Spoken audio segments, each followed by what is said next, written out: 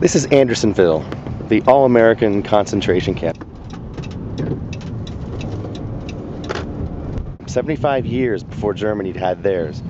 13,000 people died here in the space of only 14 months in 1863 to 1864. They were held prisoners by the Confederates. They were mostly Union.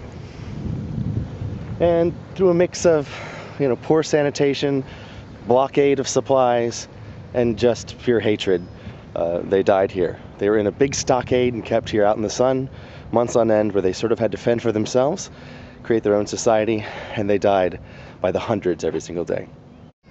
The stockade formed a sort of valley, and the only supply of water was at the bottom of the little valley inside the stockade, meaning all the human waste, everything went flowing down there in rain, and that's all they could drink, that's all they could bathe in.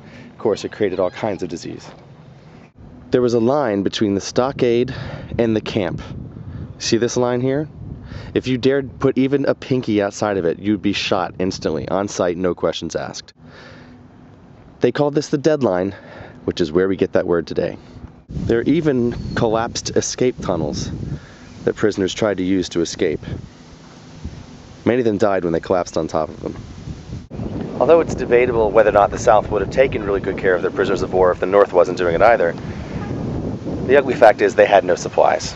They were effectively cut off from the rest of the world, so starvation was a reality for people who didn't live in the camps.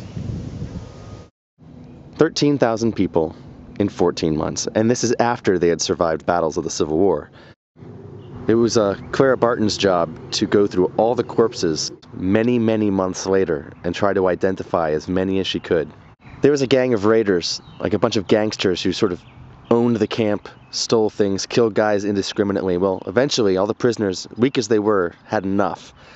They had a trial, and they hanged the dudes right there inside the pen.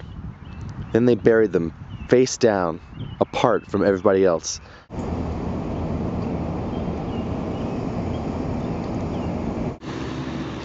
The National Park Service put the National POW Museum here too.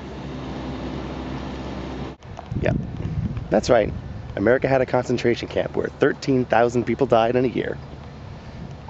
Andersonville is in South Georgia, near the town of Americus, and very near where President Jimmy Carter grew up.